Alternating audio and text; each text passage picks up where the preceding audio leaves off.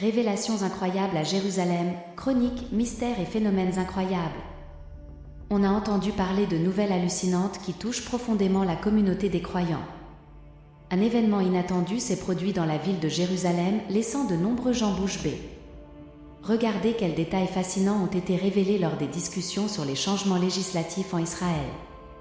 Des pays comme la Russie, l'Iran et la Turquie ont exprimé leur opposition à ces modifications législatives, mais ce qui est encore plus étonnant, c'est la découverte de secrets millénaires à Jérusalem par des personnes athées. Préparez-vous à une vidéo exceptionnelle qui dévoilera ces découvertes, réalisées par des individus qui ne professent aucune foi en une divinité, y compris la découverte énigmatique de la piscine de Siloé. Mais quel mystère cache cette fameuse piscine de Siloé ? Mentionnée 2 fois dans le Nouveau Testament et 1 fois dans l'Ancien Testament, précisément dans l'Évangile selon Jean, chapitre 9 versets 7 et 11, on trouve le récit extraordinaire d'un miracle accompli par Jésus, qui rend la vue à un homme né aveugle, démontrant son pouvoir divin. Si vous appréciez notre travail et souhaitez nous soutenir, nous vous invitons à explorer nos contenus et à laisser un like. Votre contribution n'est pas seulement un soutien matériel, mais c'est aussi une bénédiction qui encourage notre dévouement à diffuser la vie inspirante de Jésus. Notre objectif est double. D'un côté, nous voulons souligner que Jésus est une entité dotée de pouvoirs thaumaturgiques. De l'autre, nous tenons à préciser que les maladies ne sont pas nécessairement le résultat de péchés personnels. La piscine de Siloé joue un rôle significatif dans notre histoire. Située dans ce qu'on appelle la ville basse, près de Jérusalem à l'époque du Second Temple, elle était le point le plus bas de l'ancienne ville, à environ 625 mètres au-dessus du niveau de la mer. Pour aller de la piscine de Siloé au mont du Temple, il fallait grimper environ 115 mètres sur un chemin de 634 mètres, comme le racontent les Écritures. Le Talmud Yerushalmi. Les fidèles en voyage entreprenaient leur pèlerinage annuel vers Jérusalem en partant des eaux vivifiantes de la piscine de Siloé, se dirigeant ensuite vers le mont sacré du Temple, où ils partageaient des offrandes sacrées dans les cours du sanctuaire. La cuve n'était pas simplement un lieu de passage. Avant de se rendre au temple, les voyageurs s'y plongeaient pour réaliser des actes de purification, en faisant une halte de réflexion spirituelle avant d'accéder à l'espace sacré. Explorons la figure d'Ézéchia, à qui l'on attribue l'agrandissement du réservoir de Siloam, une réalisation accomplie pendant son règne, destinée à protéger les réserves d'eau des attaques ennemies. La clairvoyance d'Ézéchia s'est manifestée dans la construction du tunnel de Siloé, une œuvre futuriste qui remplaçait un canal bien plus ancien datant de l'époque cananéenne, en réponse à la menace d'invasion. Face au danger d'une invasion par Sénachérib, roi d'Assyrie, la sortie traditionnelle de l'eau de la source de Gihon fut scellée, faisant émerger, à sa place, le tunnel de Siloé. Cet événement est consigné dans le livre des Chroniques. À cette époque, ce que nous appelons aujourd'hui la piscine de Salomon était connu comme le bassin inférieur, comme mentionné dans Isaïe 22h9. Il existait également un bassin supérieur plus ancien, alimenté par le canal cananéen primitif, cité dans 2 Rois 1 et Isaïe 7. Pendant l'époque du Second Temple, la piscine a subi des rénovations, possiblement sous l'égide d'Alexandre le Grand, entre 103 et 76 avant Jésus-Christ, jusqu'à l'époque de Jésus. Le site était le théâtre d'une activité intense, comme le raconte l'Évangile selon Jean, décrivant Jésus envoyant un homme aveugle à la piscine pour réaliser un miracle. Ce réservoir ne servait pas uniquement de réserve d'eau mais, vraisemblablement, fonctionnait aussi comme un lieu de rassemblement pour les pèlerins religieux. Certains avancent qu'il était utilisé pour des ablutions rituelles, bien qu'il soit de dimension bien supérieure aux bains rituels communs. En 70 après Jésus-Christ, lors de la première guerre judéo-romaine, le destin du réservoir a subi un changement radical. Les Romains ont détruit le bassin et, avec le temps, les sédiments emportés par la pluie depuis les collines environnantes ont entièrement recouvert le site.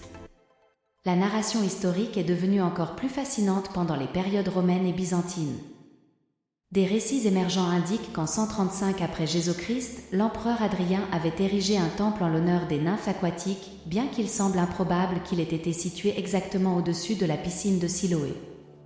Cet événement a marqué le début des reconstructions successives pendant la période byzantine, sous le patronage de l'impératrice Élia Eudocie, qui a vu la construction d'une nouvelle cuve d'eau à côté du tunnel d'Ézéchia. Pourtant, cette nouvelle cuve se distinguait clairement de la piscine de Siloé de l'époque du Second Temple. La véritable essence de ce lieu est restée un mystère pendant presque 2000 ans, jusqu'à ce que de récentes découvertes aient mis en lumière de nouvelles vérités. Les fouilles réalisées dans la piscine de Siloé, au cœur de l'ancienne Jérusalem davidique, ont montré que le site était enveloppé de mystères depuis longtemps. Actuellement, les archéologues travaillent à révéler ces secrets, espérant pouvoir partager bientôt leurs découvertes avec le monde entier. Le réservoir de Siloé, habilement intégré dans le système hydrique de Jérusalem vers 700 avant Jésus-Christ, fait l'objet d'une intense activité archéologique. Aujourd'hui, ce bassin, alimenté par la précieuse source de Gihon, se révèle comme un élément crucial pour la région. Son système élaboré comprend un labyrinthe de tunnels souterrains. Imaginez cette narration extraordinaire qui unit juifs et chrétiens dans un enthousiasme commun. Il s'agit de la découverte d'un ancien bassin d'une grande valeur religieuse. Ce réservoir n'est pas simplement un dépôt d'eau, il est imprégné de traditions spirituelles. Tout commence dans le chapitre 9 de l'Évangile selon Jean, qui raconte un épisode merveilleux de la vie de Jésus. Avançons jusqu'au 5e siècle, lorsque la princesse d'Ossie est devenue la muse inspiratrice pour la construction d'une magnifique basilique. Ce temple constitue un point de repère qui évoque les miracles racontés dans le Nouveau Testament. On dit qu'il a été construit à proximité de la piscine de Siloé, un site de grande importance pour les chrétiens. La position exacte de cette cuve, où Jésus a accompli des actes extraordinaires, est restée une énigme jusqu'en juin 2004. Lors de travaux de maintenance sur une conduite d'eau à Jérusalem, des archéologues ont fait une découverte stupéfiante.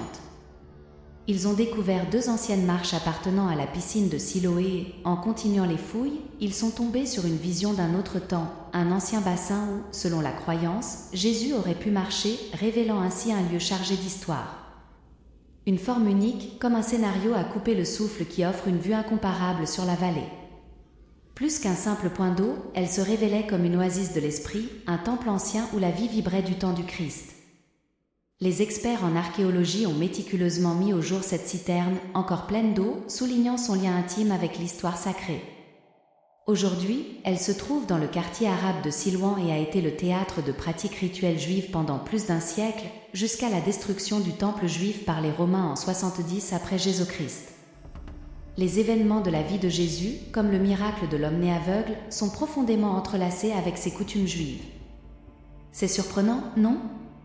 Selon les Écritures, un homme accomplissait un rite de purification dans la piscine de Siloé, une étape essentielle pour accéder à l'enceinte sacrée du temple.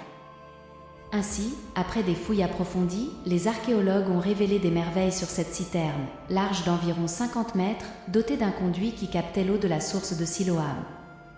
Ils ont également découvert un ancien chemin pavé menant du réservoir au temple juif, déclenchant l'enthousiasme des chercheurs à la perspective d'avoir trouvé la véritable piscine de Siloé. Ceci représente une avancée significative dans la compréhension des lieux des miracles de Jésus, confirmant l'existence d'une connexion directe entre la citerne et le mont du Temple, hautement sacré. Même un chercheur biblique nommé Stephen Pien a partagé ses réflexions, affirmant que l'eau de Siloé était considérée comme extrêmement purificatrice, si efficace qu'elle pouvait même guérir un lépreux. Il suffit d'imaginer, a-t-il dit, ajoutant que Jésus avait choisi ces eaux bénies pour guérir l'homme aveugle. Il a également remarqué comment le temple excluait les personnes handicapées, mais Jésus, dans son intention de procurer guérison physique et spirituelle, renversait ces normes. Pour lui, cette découverte ajoute une nouvelle perspective au récit sur le Christ, démontrant sa profonde connexion avec les traditions juives. Pendant leurs recherches, les archéologues ont également découvert d'autres trésors extraordinaires, tels que des pièces de monnaie anciennes, des fragments de céramique et même un seau de bouteilles en pierre, confirmant l'authenticité du site comme la célèbre piscine de Siloé, ornée de pierres et d'escaliers de chaque côté.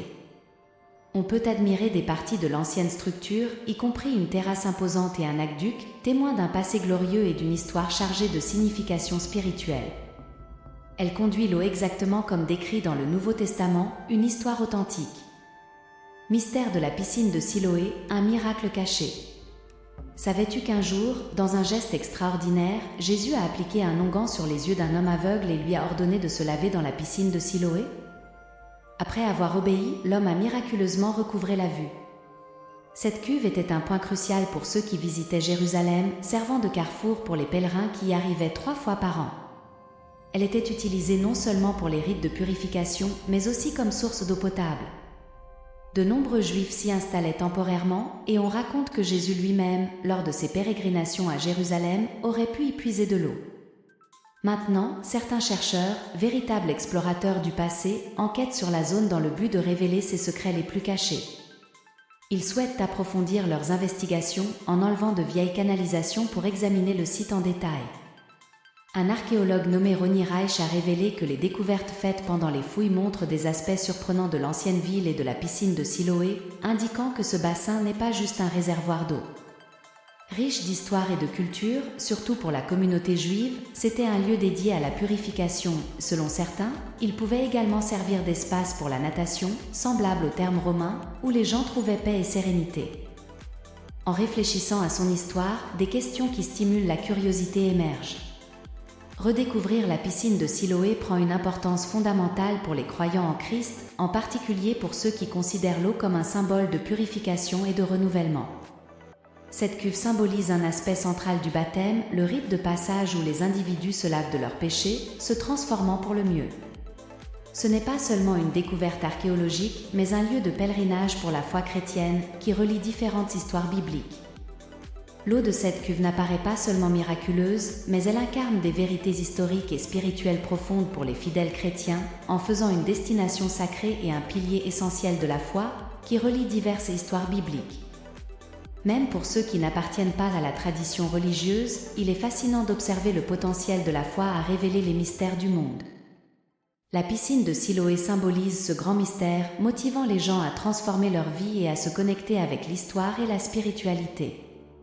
Indépendamment de la foi, la piscine de Siloé à Jérusalem est un exemple extraordinaire de comment la foi peut être à la fois mystérieuse et source d'inspiration.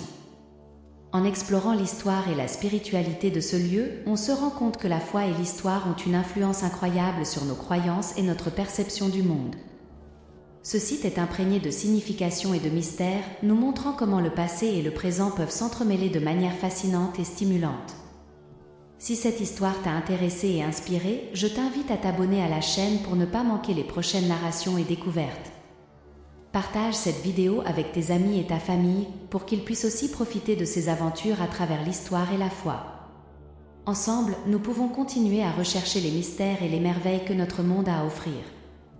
Lançons-nous dans ce voyage de connaissance et d'exploration. Abonne-toi, partage et explorons ensemble ces lieux merveilleux.